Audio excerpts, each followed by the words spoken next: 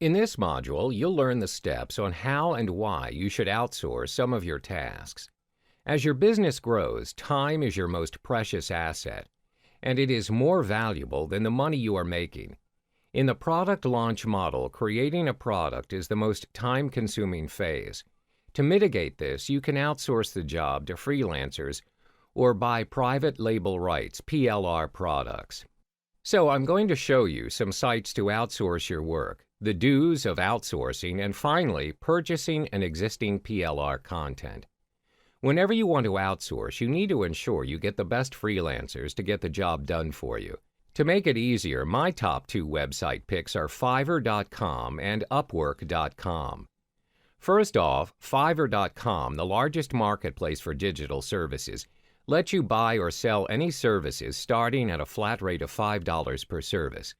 A service is known as a gig. Services offered are in multiples of $5, thus no negotiation of price. It can also go higher depending on the complexity and requirements of the project. It can be anything from as simple as creating a logo to voiceovers. To find out the best freelancers out there, make sure you evaluate your applicants and shortlist your best candidates. Once you've placed your order and aligned the timeline of your task, the next step is to wait for your job delivery. Once the task is completed, you can then proceed to pay the freelancer.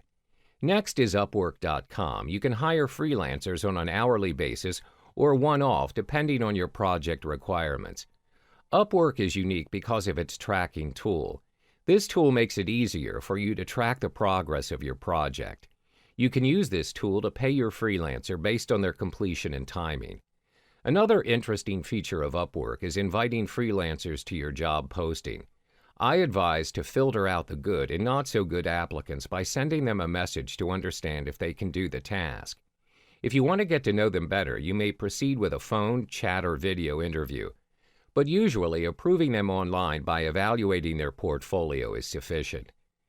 Next part is the do's of outsourcing. First thing you need to do is to clearly define the scope and schedule for your project.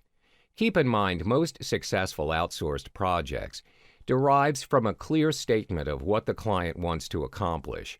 Avoid generalizations at all cost. Your freelancer needs accurate information to provide you with their realistic outcome and reasonable quotation. Similar to your schedule requirements, be precise on your timing, or it will have a direct impact on the cost of the project. Next is for you to evaluate a service provider like how you would evaluate an employee. Hiring a freelancer is no different than hiring employees. When you go through their portfolio and proposals, don't hesitate to ask them questions. Check their references and ask feedback from other clients who have previously worked with them. You can always ask them questions to clarify and eliminate your doubts. Don't hire and hope for the best. Thirdly, don't choose a freelancer solely on the price. Though it may be tempting to hire a freelancer who could do the job for a cheaper price, never select a freelancer that way. Experienced buyers who have outsourced many projects have evaluated hundreds of proposals, always recommend avoiding the highest price and lowest price bid.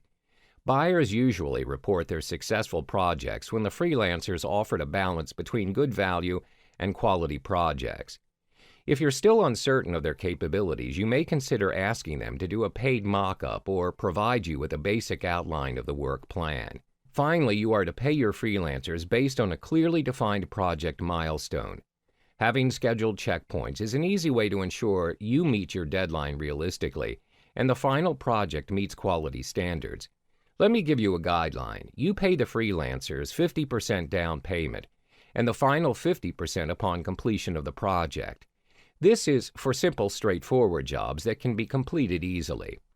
Another method to simplify your product creation is by purchasing private label rights or PLR content.